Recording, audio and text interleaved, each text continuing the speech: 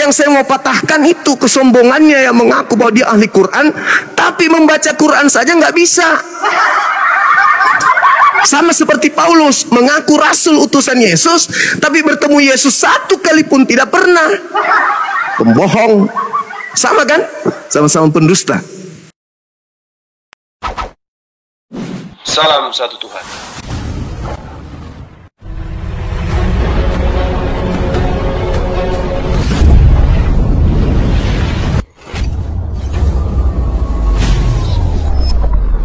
Pengantar ini singkat, para sahabat. Dukung semua ya sahabat-sahabat kita, channel Densa News Muslim. Di like, di subscribe, di share sebanyak mungkin. Untuk supaya mencegah sahabat-sahabat kita di luar sana tidak terpengaruh terhadap pemurtadan.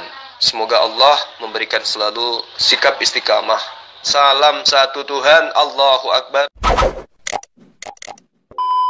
Benaran bang. Iya, untuk dasarnya untuk mengetahui isi Quran itu apa yang harus dimiliki seseorang. Kalau di Anda kan Roh Kudus, Roh Halus. Kalau di Al-Quran, di Islam apa yang harus digunakan untuk mengkaji Quran itu apa? Satu aja dulu sebutkan.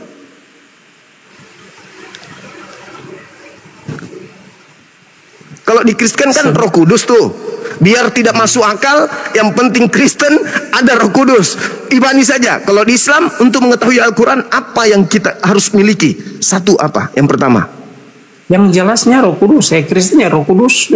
Iya, itu di Kristen. Kalau di Islam apa? Ini kan Quran. Anda kan mengatakan edis pakar Quran. Nah, untuk mengetahui Al-Quran, tentu ada sub materi sebagai wadah untuk menampung pengetahuan itu. Saya tanya, apa yang harus dimiliki seseorang untuk paham Al-Quran? Pertama adalah, coba jawabkan sendiri.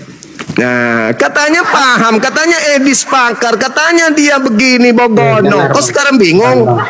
Kok sekarang nggak bisa jawab? Edis itu dia jelaskan itu akal juga loh. Masuk akal semua. Saya tidak tanya akal. Saya tidak tanya akal. Saya tanya apa yang harus dimiliki seseorang untuk pertama kali mengetahui isi Quran itu apa? Iya, kalian sendiri yang lebih tahu. Kalau dari Kristen, iya, makanya kalau Anda tidak tahu kenapa Anda mengatakan edis itu lebih tahu, dasar Anda berarti edis sama Anda itu sama-sama babi ngepet. Nggak tahu apa-apa tentang Quran. Anda tadi mengatakan edis pakar, edis pintar, begini. Saya tanya, apa yang menjadi dasar seseorang untuk mengetahui Al-Quran? Yang paling mendasar itu apa? Paling dasar gini. Dulu. Sabar, sekarang gini. Kalau misalnya Bang Suma sampaikan bahwa edis itu botol, coba naik. Ya memang botol. Emang botol. Di rumah dong. Naik di rumah. Rumah untuk apa saya naik ke sana? Untuk apa? Untuk saya belajar sama dia. Untuk takut. Kalau dia tidak naik ke sini berarti dia juga takut. Nah, dia kan sudah berapa kali naik? Selalu di mana dia pernah naik ke sini? Di mana dia pernah naik ke Komalku? Di mana? Di mana? Di mana dia pernah naik di Komalku? Di mana dia pernah naik ke Komalku? Di mana? Yang mute itu si Nandar yang mute pas mau bicara edis di mute. Dengarkan saya. Kalau hanya tabrak-tabrakan ngomong kayak begini, semua juga orang bisa. Bang, sama juga bang. Semua juga orang bisa. Sekarang permasalahannya adalah, saya mau tanya sama Anda, dasar yang dimiliki edis untuk menjelaskan Al-Quran yang paling mendasar dalam kaidah Quran itu apa? Ini dulu. Kebenaran Roh Kudus di dalam dirinya, sehingga dia bisa membongkar semua itu. Kebenaran Roh Kudus dalam dirinya sehingga dia oke. Berarti ada Roh Kudus. Nah, sekarang Roh Kudus ini yang datang di edis mengkaji Quran menggunakan dasar literasi Al-Quran. Dasar pijakannya yang paling mendasar apa? Yang diajarkan oleh Roh Kudus yang ada di edis apa? Satu.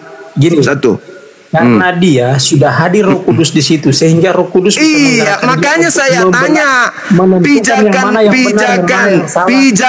edis dalam mengkaji Al-Quran yang paling mendasar itu apa? Yang paling mendasar dulu apa? Jawab sendiri dong.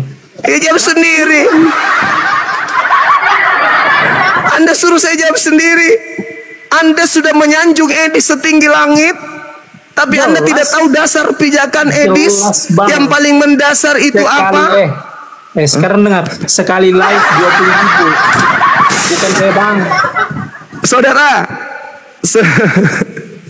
kebenaran itu tidak dilihat dari banyaknya yang nonton. Tidak. Anda lihat ketika Kristen datang menjajah di Nusantara ini, ada berapa yang datang menjajah? Selama 300 tahun lebih Kristen menjajah Nusantara, ada berapa? Hasilnya apa? Tetap minoritas. Baik. Paham? Cuma begini. Oke. Jadi keburukan itu meskipun banyak yang menyaksikan tetap aja buruk. Kebenaran meskipun cuma satu yang menyaksikan tetap kebenaran. Baik. Gimana? Baik, Bang Suma. Silakan. Kebenaran semakin banyak orang ke sini mempercayakan itu, maka tingkat kebenaran semakin tinggi. Paham dulu itu. Kenapa Belanda disaksikan menjajah Nusantara, banyak mata memandang, kenapa enggak jadi murtad semua? Sebentar dulu, Bang. Sebentar, Bang. Sebentar. Jadi enggak enak ini. Kenapa? Belanda datang, dengar. Belanda datang lengkap dengan senjata, mendirikan gereja, mendirikan lembaga Bible di Batavia. Tapi kenapa tetap minoritas? Padahal seluruh pribumi Indonesia menyaksikan mereka datang dengan penginjilan, dengan misionaris. Kenapa tetap minoritas? Kenapa? Karena tidak ada kebenaran yang disampaikan kecuali hanya tipu-tipu. Sekarang gini, Bang. Kita benar pakai skala dunia ya. Skala dunia. Oke. Benar dan apa skala dunia? Benar dan salah ya. Oke, apa skala dunia? Banyak orang mempercayai sesuatu, tingkat kebenaran itu semakin tinggi. Alhamdulillah itu. Sekarang gini. Itu dulu. Iya. Makanya saya paham. Saya paham. Anda turun kalau Anda tidak mau diam. Anda turun kalau Anda tidak diam. Saya dulu yang berbicara. Anda tamu di sini. Barat, kamu katakan mayoritas Kristen, itu hanya tinggal simbol. Gereja ditinggal kosong. Tidak ada orang kemudian yang melakukan aktivitas kekristenan. Yang mereka lakukan Natal. Natal juga bukan hanya merupakan sebuah ritual agama. Natalan itu ya lebih kepada minum, seks, mabuk-mabukan, pesta. Bukan menjalankan Bible. Kedua, Barat mayoritas Kristen karena Islam belum datang waktu itu. Terlanjur ke penguasa Roma, Imperium Romawi, melakukan penekanan terhadap dunia agar semua orang bisa masuk ke gereja. Banyak ilmuwan yang dibunuh karena berlawanan dengan gereja. Sekarang orang Kristen itu banyak mayoritas Anda katakan kalau digumpulkan semua, tapi ingat mereka semua saling bermusuhan satu sama yang lain. Katolik, Protestan, Advent, mereka tidak bersatu. Jadi kalau Anda mau misa-misa, paling satu sekte itu ya hanya berapa orang yang ada di dalam. Tapi kalau Islam, di dunia Islam itu satu. Selisih Kristen dengan Islam itu 700 tahun kurang lebih. Tapi Islam, nih Kristen di atas, Islam ini berpecah. Ini terpecah-pecah, terus terpecah-pecah dia. Islam melaju dengan pesat. Itu yang terjadi. Apakah Kristen itu satu? Tidak. Kristen itu ada 40.000 lebih sekte. Terpisah-pisah. Framing lagi, Bang. Aduh. Itu framing lagi.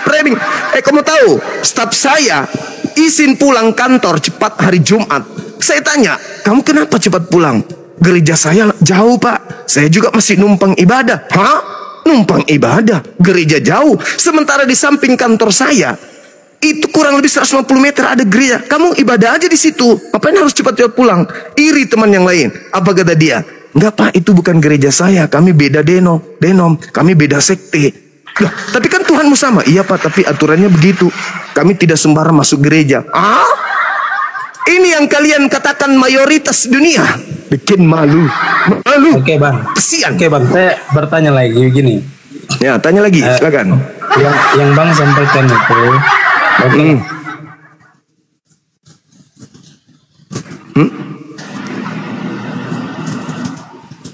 Wow, kok berubah? Bang. Kayak yes. Halo. Halo. Iya, halo. Bang, itu kalau Kristen pecahannya ada banyak, Muslim kan juga sama. Malahan itu ya kadang-kadang ada yang bertengkar masalah duit. Wah. Kalau di Kristen enggak, mau aku tampilkan. Gereja-gereja ribut di dalam, perang di dalam, saling gembukin gara-gara duit. Mau? Banyak Mau aku Bang, nggak usah tunjukkan? bicara. Nggak usah bicara. Siapa? Coba. Sebutkan satu. Nanti aku Nggak tunjukkan usah videonya jauh-jauh nih. Bang. Di area Ya, saya sini aja tuh masalah aku tunjukkan nih. infak aja ribut kok. Enggak ada itu fitnah. Itu kok fitnah? adalah framing Anda. Nih, saya tunjukkan. Enggak, framing itu kejadian nyata Bang. Nih, kamu sekarang habis ini kau tunjukkan masjid ribut gara-gara duit.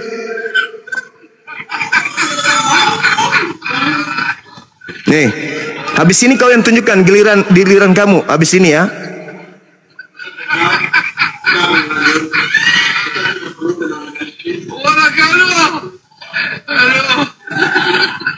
Habis ini kamu yang tunjukkan.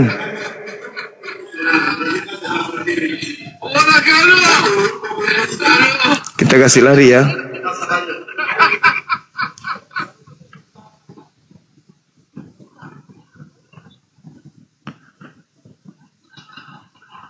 Nih.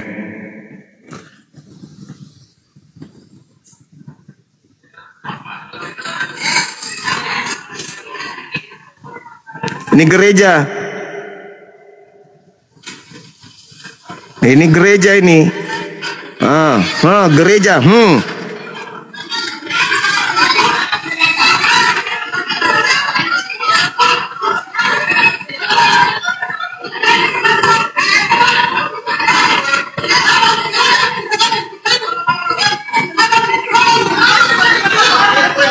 Sekarang giliran Anda tunjukkan. Di masjid ribut karena uang. Silakan. Silakan buka kamera. Buka kamera Anda sekarang. Perlihatkan di masjid ribut karena duit. Duit apa yang diributkan di masjid? Di masjid tidak ada urusan duit. Jadi itu fitnah. Fitnah karena sakit hati terhadap kejayaan umat Islam. Oke? Kalau Anda ingin berdiskusi silakan, ada tema. Apakah ada dua Kristus? Kata Paulus di dalam 2 Korintus 11 nomor 4, ada Yesus lain. Kata Yesus di dalam Matius 24, ada Yesus lain. Berarti ada dua Yesus nih minimal. Sekarang Kristen ikuti Yesus yang mana? Itu penting. Jangan pura-pura gila. Begitu, saudara. Silakan buka kamera kalau ingin menunjukkan data. Silakan. Ada juga staf saya dulu berapa kali absen masuk kantor. Kutanya, kenapa ente tidak masuk kantor berapa hari? Ini pak. Banyak alasannya. Sampai pada suatu hari saya panggil. Setelah saya sidak, saya panggil. Kau duduk di ruangan saya. Apa yang kau kerjakan? Apa yang kau pikirkan? Mau tahu? Bukunya itu tebal. Catatan-catatan. Terus kutanya. Katanya kamu selalu kerja sendiri, bukan pekerjaan kantor yang kerjakan. Apa sih yang kau kerja? PR anakmu? Bukan pak. Lalu apa? Daftar pembayaran perpuluhan pak. Ada beberapa yang belum bayar pak. Ini saya wallahi saya lihat data-datanya. Tak. Terus apa hubungannya denganmu? Ya ini saya harus tagih pak. Ada yang begini, ada yang begini, ada yang alasan begini, ada yang alasan begini. Oh begitu ternyata. Jadi kalau sudah begini, ya kita datangi rumahnya kadang pak. Untuk suruh bayar. Wow. Ini staf saya sendiri loh. Dan kalau dia nonton, pasti dia iakan. Betul itu. Itu saudara. Ya, jadi jangan pura-pura gila dong. Oke, mau bahas tema atau Anda mau istirahat di bawah sambil garuk pantat? Ayo.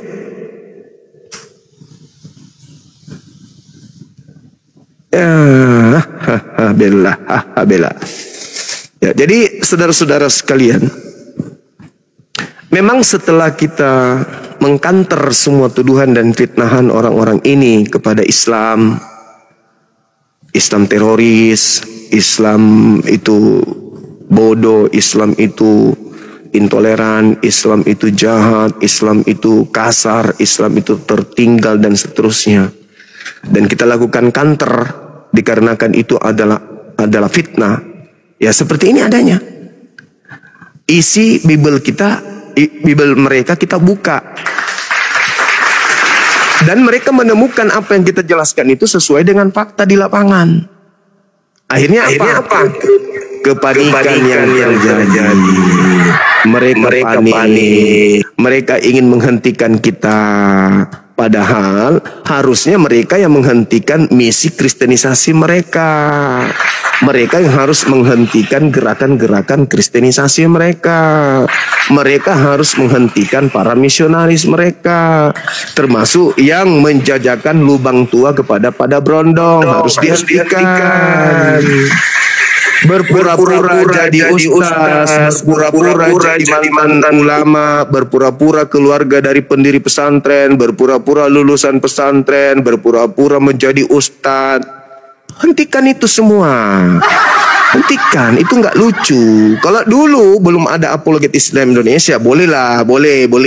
Karena belum ada yang menghalangi gerakan kalian. Tapi setelah ada apologet Islam Indonesia, jangan coba-coba kalau tidak mau sakit. Karena pasti kita akan bongkar seluruh isi Bible Anda. Halo, assalamualaikum. Waalaikum, Saudara Denny dari sekte mana, Bang? Itu kok kayak ini ya, kayak ditarik sama Roh Kudus ya. Jangan emosi dong, diskusi baik-baik. Ada tema ini di atas. Kalau di Al-Quran kan jelas, Nabi Isa alaihissalam dari sejak lahir itu dia sudah digelari Al-Masih. Dan Al-Masih bagi kami cuma satu, yang Nabi. Ada satunya lagi tapi Dajjal Al-Masih. Halo, selamat siang Pak Iwan.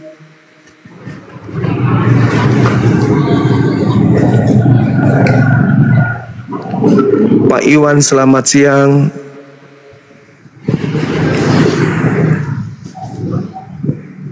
Oke, saya anggap saudara adalah seorang Muslim atau mungkin Kristen tapi gemetar.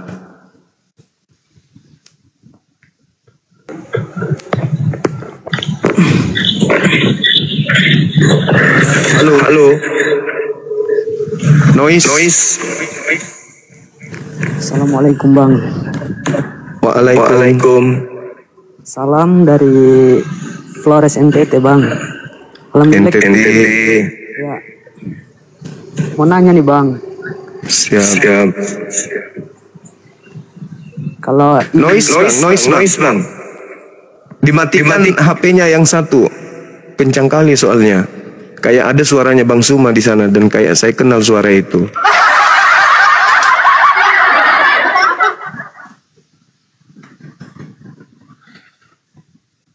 Jangan panik, santai aja. Kalau Edis jagoan ya kesini dong.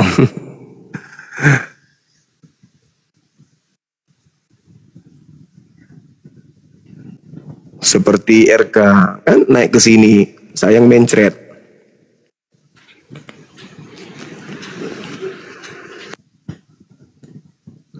Halo. Ya, buat teman-teman yang ada di Kota Makassar, Goa dan Maros, sampai berjumpa sebentar sore ba'da asar di kegiatan Tablik Akbar. Alhamdulillah saya akan hadir di sana sesuai dengan undangan teman-teman kita, guru-guru kita, para prof ya yang ada di Kota Makassar ini untuk hadir memberikan sedikit wejangan untuk mengingatkan bahaya terhadap gerakan pemurtadan yang ada di sekeliling kita. Jadi silakan hadir sebentar sore habis asar di Masjid Nurul Mukminin kalau nggak salah, di perumahan dosen Entang. Pagi Dinda. Ya, pagi. Sehat Dinda? Sehat saudaraku anak Medan. Apa nih ceritanya? Piye kabare? Sehat-sehat baik. Oh, sehat-sehat baik. Horas Medan. Horas. Ya. Bisa buka kamera? Belum Bang Juma. Belum bisa. Oke saudara, ini ada tema dari Katolik apa Protestan abang saya ini? Saya adalah gerejanya Advent. Oh, Advent. Sama dengan Bu Darni berarti ya Bang ya. Sama siapa? Bu Darni. Ada teman saya juga di Medan. Namanya Bu Darni. Oh, beliau aktivis juga. Beliau aktivis debat lintas agama juga. Sering kami diskusi. Jadi Advent mengambil ajaran isi kitabnya Yahudi, kemudian mereka mempraktekkan dalam kehidupan keagamaan. Sayangnya mereka melanggar hukum pertama, yaitu jangan ada ilah lain di hadapanku. Ya, karena Advent menjadikan Kristus yang datang kepada Paulus itu sebagai ilah selain daripada Elohim. Bukan ilah. Allah. Allah itu nama Tuhan. Nama Tuhan umat Islam. Allah itu bahasa Indonesianya Allah. Mana sih? Iya, tetapi kan kalian tidak menyembah Allah, kalian menyembah ilah. Ilah yang datang kepada Paulus.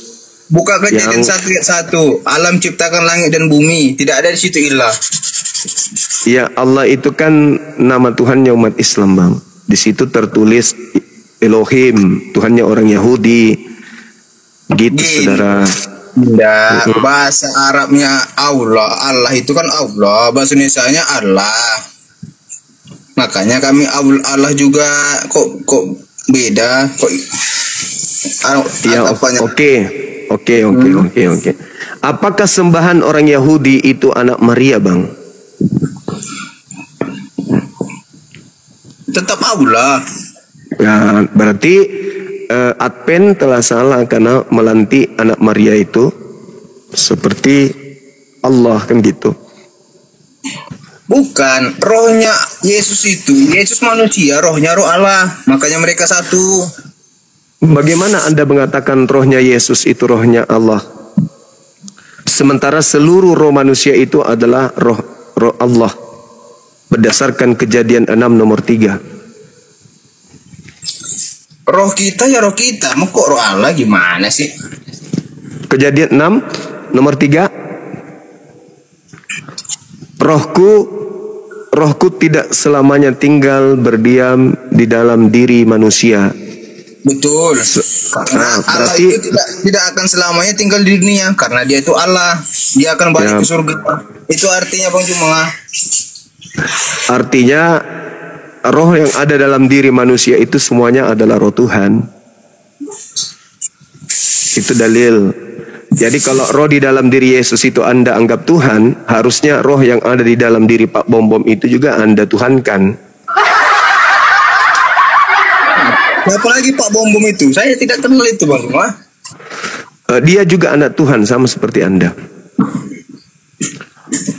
Nah, sekarang di dalam tubuh Kristen itu berdasarkan Bible itu ada 2 Kristus, Bang.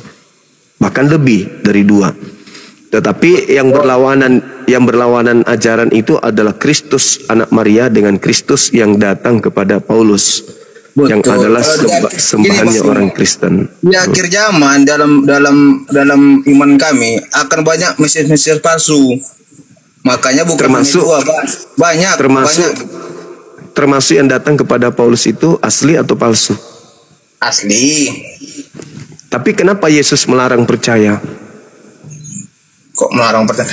Itu dikatakan Yesus itu karena ada Mesias palsu di akhir zaman. Dari zaman yang datang kepada murid Yesus pada saat itu. Jangan dipelintir dalilnya.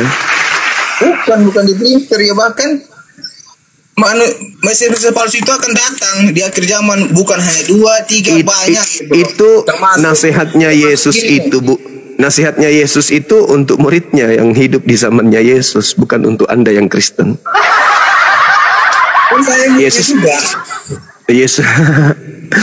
turis dari Hong Kong. Jadi Yesus itu berkata kepada muridnya Bani Israel, waspadalah kepada Mesias palsu yang datang di padang gurun, yang datang di dalam bilik. Jangan kamu percaya. Matius 23 nomor 23, 24, 25 dan 26.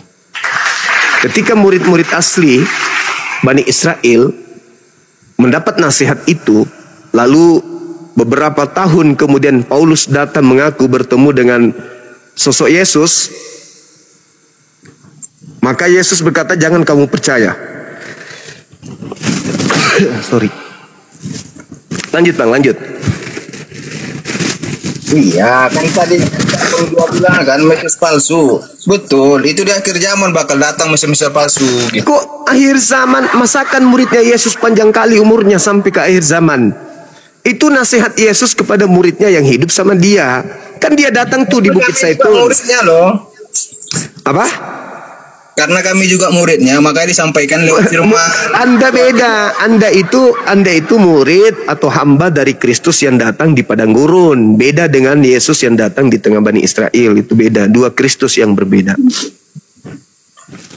Jadi di dalam Matius 24 nomor 3, murid-murid Yesus datang bertanya, "Guru, apa tanda kedatanganmu?" Nah, Yesus mengatakan, tanda kedatanganku seperti ini, seperti ini, seperti ini. Jadi kalau ada yang datang kepadamu mengaku bertemu dengan aku di padang gurun, kata Yesus, jangan kau percaya. Nah, ketika Paulus datang kepada muridnya, murid Yesus, saya bertemu dengan gurumu di pulau, di gurun dan di bilik. Nasihat guru Yesus, guru murid Yesus, jangan percaya. Makanya mereka tidak menjadi Kristen. Sedangkan Paulus mengatakan di dalam Galatia 2 nomor 8, aku diutus kepada orang-orang yang tidak bersunat.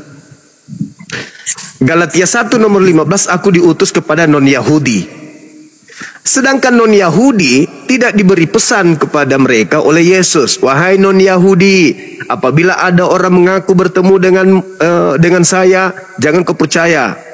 Kalian tidak mendapatkan mandat itu. Yang mendapatkan mandat adalah murid-muridnya dari Bani Israel angkatan pertama. Matius 24 nomor 3. Sehingga ketika Paulus tahu kalau dia tidak mungkin dipercayai sama murid-murid Yesus, maka dia keluar ke non-Yahudi. Siapa yang bisa menghalangi kalian untuk percaya Kristus yang datang kepada Paulus? Dari Kristen tidak mungkin. Yang bisa menghalangi kalian itu cuma Bang Suma. Oh iya dong. Kan Yesus hanya berbicara kepada Yahudi. Yesus tidak berbicara kepada orang Roma. Yesus tidak pernah menasihati orang Roma. Yesus hanya menasihati murid-muridnya Yahudi. Waspadalah kepada penyesat yang datang kepadamu dengan memakai namaku dan berkata, akulah dia. Jangan kamu percaya sebab dia akan menyesatkan banyak orang. Matius 24 nomor 4 nomor 5. Murid-murid Yesus ketika datang Paulus bertemu dengan Yesus katanya di gurun, murid Yesus tidak percaya. Nah, sedangkan Paulus mengaku diutus kepada non-Yahudi, kepada kalian. Nah, saya muncul nih, memperingatkan. Kenapa kamu percaya kepada Paulus? Karena itu Rasul kami, bertemu dengan Kristus kami. Saya katakan, enggak loh. Yesus mengatakan loh di dalam Matius 24 kitab kalian. Jangan kamu percaya ketika ada orang mengaku bertemu dengan Kristus di padang gurun, dengan Kristus di dalam bilik. Tapi kalian percaya. Kenapa kalian percaya? Karena perintah Yesus untuk jangan percaya itu hanya kepada Bani Israel. Kalian ini percaya-percaya saja. Karena kalian bukan Bani Israel. Datanglah Bang Suma mengingatkan. Jangan percaya loh. Tinggalkan. Karena Yesus mengatakan jangan percaya. Gimana Bang Juma paham Alkitab? Bang Juma aja Muslim. Kok paham gitu? Iya, kan tertulis begitu abangku. Seandainya tidak tertulis begitu, bagaimana mungkin saya mau mengatakan hal yang tidak tertulis? Ini Bang, abang mau cari kebenarannya, bukan kesalahannya, gitu loh.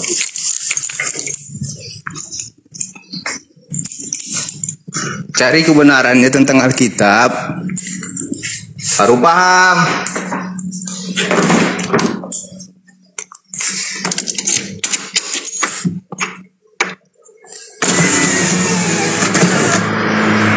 Bang, saya sudah mencari kebenarannya. Perintahnya Yesus jangan percaya. Kalau ada larangan Yesus jangan percaya, sebagai orang yang berakal, percaya atau jangan percaya? Ketika Yesus melarang jangan percaya, ya jangan percayalah, karena udah dilarang. Nah, jangan percaya. Berarti ketika Paulus mengaku bertemu dengan Yesus di gurun, mengaku bertemu Yesus dalam bilik penjara, Percaya atau jangan percaya? Di mana ya dong cuma? Matius 24 nomor 23 sampai 26.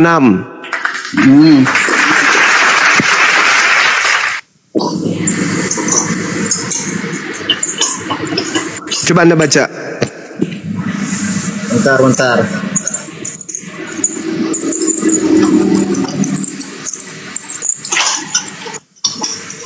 Lagi ini ya, kita belajar. Baca aja Bang Juma biar saya artikan.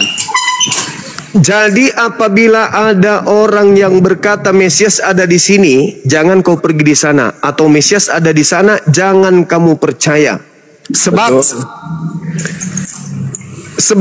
Kristus palsu dan nabi-nabi palsu akan datang dan akan melakukan banyak mujizat, sekiranya mungkin akan menyesatkan murid pilihan kalian, murid pilihan. Maksudnya 12 murid. Camkanlah, aku telah mengatakannya terlebih dahulu kepadamu. Jadi apabila ada orang berkata ada Mesias di padang gurun, ada Mesias di dalam bilik, jangan kamu percaya. Tuh nasihatnya Yesus. Makanya saya memperingatkan kalian, ada loh nasihat Yesus kepada murid-muridnya agar jangan percaya. Tapi nasihat itu bukan untuk kalian. Murid-murid Yesus dinasihati jangan kau percaya karena dia penyesat. Sedangkan ketika Paulus mengaku bertemu dengan Kristus, dia tidak ke murid-murid Yesus. Dia langsung ke Roma, Yunani mengajarkan orang-orang. Orang-orang percaya. Kenapa orang-orang percaya? Karena Yesus tidak pernah ke Roma untuk mengajarkan. Kalau ada Paulus datang ke sini mengajarkan bertemu dengan aku di gurun dalam bilik, jangan kau percaya. Yesus tidak pernah ke sana. Sehingga Paulus bebas mengajarkan itu kepada orang Roma dan Yunani. Dan termasuk kepada Anda. Saya hadir untuk menjelaskan di dalam kitab saudara. Yesus pernah berkata loh, jangan percaya kalau ada orang yang mengaku bertemu dengan dirinya di padang gurun. Itu untuk akhir zaman Bang Jo. Akhir zaman itu menceritakan bahwa banyak Mesias palsu. Sekarang muridnya gitu loh. Ketika kemudian Yesus mengatakan itu, dia katakan kepada siapa? Apabila ada orang berkata kepadamu ada Kristus di sana, ada Kristus di sana, jangan kamu di situ siapa? Oke, kami kan muridnya juga kan, makanya sebelum itu, sebelum kamu di situ siapa? Muridnya, kami kan muridnya. Muridnya. Loh, jadi ketika kemudian Soekarno berbicara kepada orang-orang dengan mengatakan kamu itu untuk Anda juga. Karena Anda juga, kami ini sama. Anda kan rakyat Indonesia. Anda kan rakyat Indonesia. Ketika Soekarno menasehati orang-orang yang hidup di zamannya Orde Lama, kamu jangan begini, kamu jangan begitu. Itu untuk Anda juga. Itu kan beda manusia dengan Tuhan. Yesus berpesan kepada muridnya pada saat itu bukan kepada Anda. Sedangkan kepada Roma saja tidak. Apalagi kepada Anda. Kalau memang bukan sama kami juga dikatakan, kenapa ditulis di Alkitab gitu loh. Itu kan muncul dari orang-orang yang melakukan penyelidikan terkait Yesus dan pengajarannya. Justru itu, makanya disampaikan kepada kami, jangan percaya pada Mesias palsu. Maka akan muncul di akhir zaman gitu loh.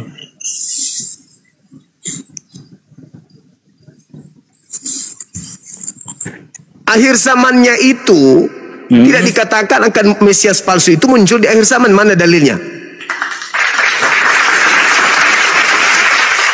Ada di Alkitab loh Bang Juma. Iya, mana? Coba. Di mana dalilnya penyesat itu akan muncul di akhir zaman? Saya lagi nyetir ini, gak bisa buka Alkitab. Nah. Saya bilang tadi, lagi nyetir. Bukan akhir zaman. Penyesat itu muncul dan bertemu dengan murid-murid Yesus. Coba Anda baca 1 Yohanes 2 nomor 18 nomor 19. Antikristus itu memang berasal dari tengah-tengah kita, tetapi bukan benar-benar dari kita. Itu di situ kita itu siapa? Orang sekarang atau orang dulu? Sekarang. Aduh, inilah Anda. Udahlah, capek saya menjelaskan, Bang. Silakan saudara-saudara Kristen yang lain naik capek saya menjelaskan bang. Kalau Anda hanya menggunakan doktrin, batok kepala dipensiunkan, tidak isi dalamnya nggak dipakai, ya begini. Saya mau jelaskan, cuman Bibel saya di ini kan, nggak bisa. Saya yang tahu Bible, Anda baru mau lihat Bible. Saya sudah tahu. 1 Yohanes 2. Bang Juma kan Muslim, dari mantau Bang Juma itu Bibel isi. Bible itu tinggal dibaca, Cak Ayu. Tinggal dibaca. Dibaca, cuma. Nah, terus Saya bilang apa sih? Macam Al-Quran aja kitab kamu. Al-Quran itu harus paham mantik, harus paham ilmu tafsir, harus paham nahwu, saraf, balaga, i'rab, asbabul nuzul, hadits. Itu Al-Quran. Kalau kitabmu tinggal dibaca. Apa nanti alasannya? Harus punya Roh Kudus. Lemak.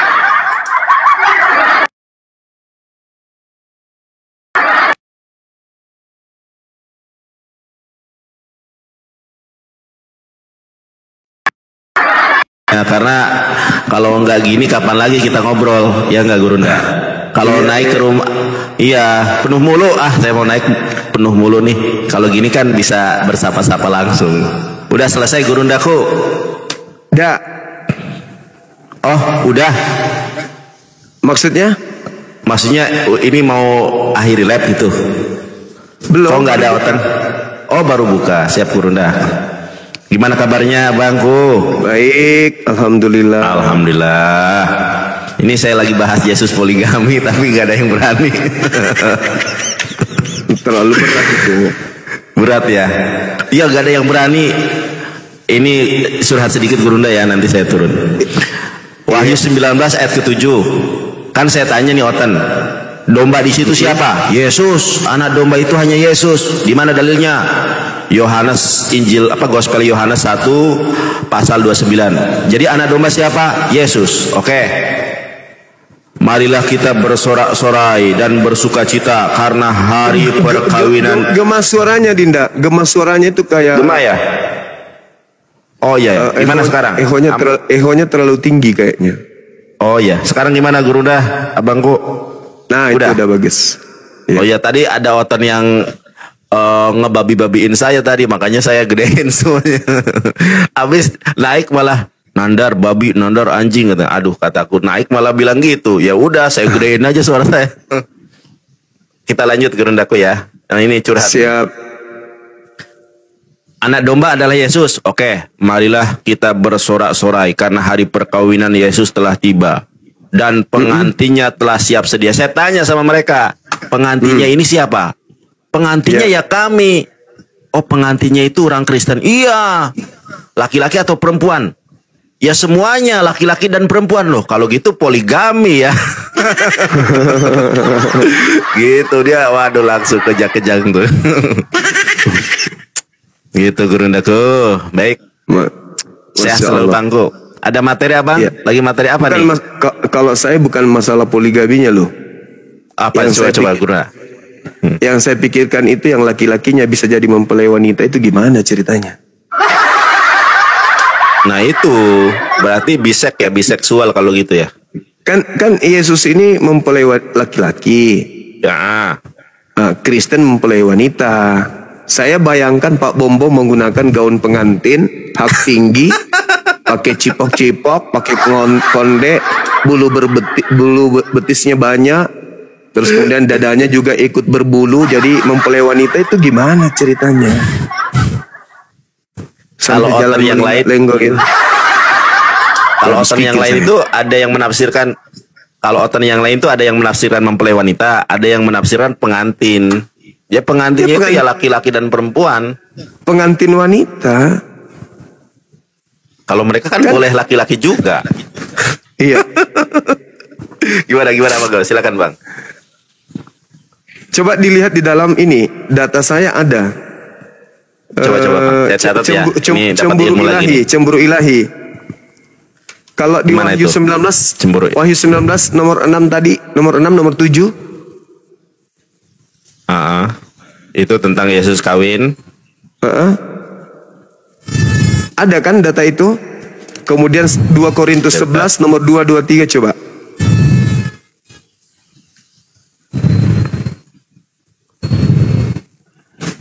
2 Korintus. Iya. 2 Korintus berapa? 2 Korintus 11 nomor 2 nomor 3. Oh ini. Sebab aku cemburu kepada kamu dengan cemburu ilahi, karena aku telah mempertunangkan kamu kepada satu laki-laki untuk membawa kamu sebagai perawan suci kepada Kristus.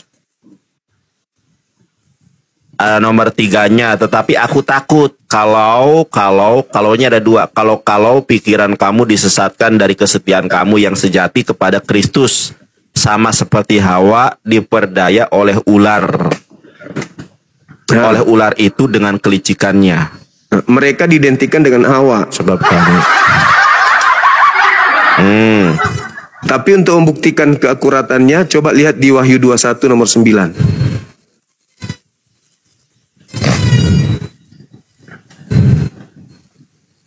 Wahyu 21 nomor 9. Di situ maka jelas datanglah di situ. seorang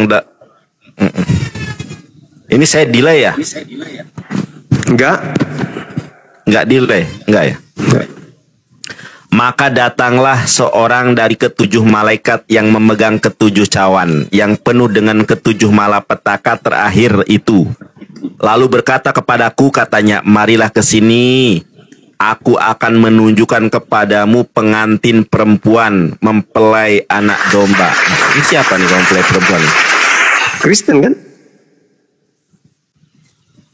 Ya, itu tafsiran mereka Kristen. Iya, mereka Terus, mempelai laki-laki atau mereka perempuan?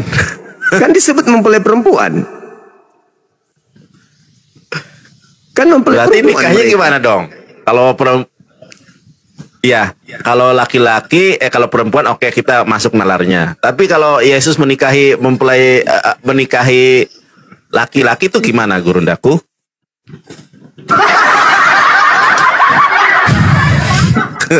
Kan ya, mempelai perempuannya itu kan Kristen. Nah, orang Kristen itu terdiri dari laki-laki dan perempuan. Kalau Yesus menikahi laki-laki itu bagaimana cara? Itu kan di ayat itu bukan menikah tapi kawin. Kalau saya lihat di dalam KBBI, kawin itu kan, mohon maaf, memasukkan jakar kepada vagina, itu kawin atau reproduksi. Nah, kalau reproduksi laki-laki ke laki-laki ini gimana ya? Ya tergantung apa yang mau diproduksi. Kalau mau memproduksi ya bisa juga. Ya iya dong. Kalau mau memproduksi anak lewat depan, memproduksi lewat belakang. Tergantung. Oh. Ini abangku pakai anti rungkat gak ini? Enggak Pakai ya? tahu anti rungkat itu apa maksudnya. Waduh, Nanti bahaya nih. Tapi ini sudah bertahan berapa hari? Sudah 4 hari dengan hari Aman sekarang. ya? Aman. Alhamdulillah. Siap Gurundaku, lanjutkan. Ini oton-oton pada kepanasan semua nih gara-gara Ya, Wahyu 219 bunyinya kayak gitu mau kayak mana? Iya kan? Maka datanglah seorang dari ketujuh malaikat yang memegang ketujuh cawan yang penuh dengan ketujuh malapetaka terakhir. Marilah ke sini. Aku akan menunjukkan kepadamu pengantin perempuan mempelai anak domba. Anak dombanya Yesus. Yang lainnya mempelai perempuan. Siapa mempelainya? Kristen. Kristen. Berat nih. Gak tega aku kalau bahas ini. Belum ada yang mampu membantah gitu. Secara argumen itu belum ada. Aku tuh gak tega sebetulnya bahas ini. Saya mau kirim Spertus 1 cergen ke Bom-Bom. Serius, kalau dia mau Spertus. Tanya untuk Spertus. apa? Iya, Spertus. Spertus itu kan buat lampu yang dipompa itu ya, Spertus itu ya. Iya, kalau iya. dulu kan belum ada listrik tuh. Petromak ya. Iya. Untuk apa? Oh iya. Untuk apa tahu? Siram betisnya Nggak tahu. biar bulunya gugur. Oh, bisa pakai itu. Bisa menggugurkan bulu-bulu. Kan nggak lucu kalau dia pakai gaun pengantin jalan berbulu betisnya, kan nggak lucu. Mana betisnya kayak betis kesebelasan pula. Aduh. Pakai hak tinggi kan? Pakai cipe-cipe, ya kan? Pakai pewarna muka.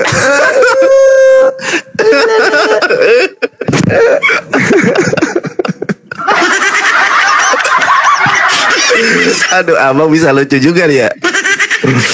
Mungkin mana orang menjadi mempelai wanita? Iya. Ibom-bom. Nggak pernah bahas bang. Iya. Abang bahas itu coba bang. Biar otot-otot pada ini bang. Ini kan otot jarang yang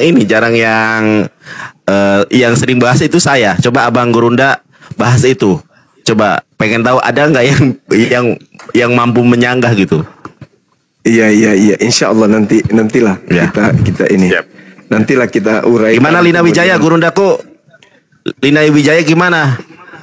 Hujat-hujat Islam, seksualitas ternyata- di sorga, dia ternyata kumpul kebo. Memang Allah bongkar satu persatu ya. Sosok suci ternyata dirinya sendiri begitu ya. Iya. Siap Gurunda, takutnya di sana Oten sudah pada menunggu. Lanjutkan aktivitas, sehat selalu buat abangku dan teman-teman semuanya. Amin. Para apologet Islam Indonesia. Jangan disurut. Mudah-mudahan Tetap senantiasa berjuang. jaya. Amin. Siap Gurundaku. Iya. Ya. Assalamualaikum Gurunda. Waalaikumsalam warahmatullahi wabarakatuh. Ingat pesan saya di Matius 9. Siap Bang. Di Matius 9 Matius itu 9. ada ajaran juga yang terkait dengan mempelai itu. Matius 9 Apa tuh? Matius 9. Matius 9 di mana itu datanya ya? Kalau nggak salah di data 12-nya. Bukan. Matius Data 9 12. Bukan. Matius 9 nomor 14, 15, 16. Kemudian Nanti aja datanglah dibaca. murid-murid Yohanes kepada Yesus. Oh, nanti aja. Siap. Ini ada- Siap nggak Gurundaku, apa-apa, terima kasih. Oh iya, ada mempelai. Kemudian datanglah murid-murid Yohanes kepada Yesus dan berkata, "Mengapa kami dan orang Farisi berpuasa, tetapi murid-muridmu tidak?" Jawab Yesus kepada mereka, "Dapatkah sahabat mempelai laki-laki berduka cita selama mempelai itu bersama mereka? Tetapi waktunya akan datang mempelai itu diambil dari mereka, dan pada waktu itulah mereka akan berpuasa." Mempelai. Oh, Jadi pengikut oh Yesus iya, Masya Allah. mempelai kan? Ada mempelai itu. Lanjut Gunda. Oke, baik. Oke, Dinda. Makasih ya. Ya, penjelasannya Gurundaku, penjelasannya ini jangan sepotong. Penjelasannya gimana? Penjelasannya itu ada dua hal. Yang pertama terkait wajibnya puasa. Selama Yesus masih bersama dengan muridnya, wajib puasa 40 hari 40 malam itu belum. Tapi ketika Yesus sudah diambil, baru diwajibkan mereka untuk melakukan puasa. Pasangannya Yesus Siap, itu Gurunda. wajib puasa setelah mempelainya terangkat, maka mereka baru wajib puasa. Bisa ditekankan di data nomor 16-nya. Masya Allah. Jadi siap. Jadi Saya catat dulu ya. untuk mengetahui murid Yesus yang asli, mereka melakukan puasa sama wajibnya Yesus melakukan puasa. Masya Allah. Data nomor 15-nya itu Siap. jelas itu. Siap Nomor Gurunda, 15. jelas banget. Saya footnote Oke. ini. 15. Makasih Gurundaku ya, saya footnote dulu. Assalamualaikum Sama-sama. Gurunda. Waalaikumsalam Adinda, barakallahu fiik. Masya Allah. Oh ya.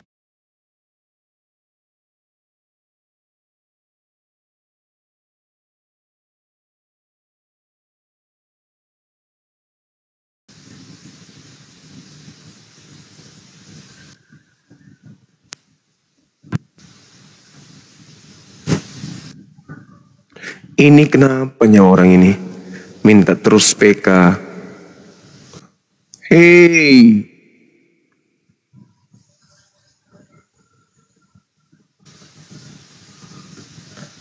Jangan minta PK dong.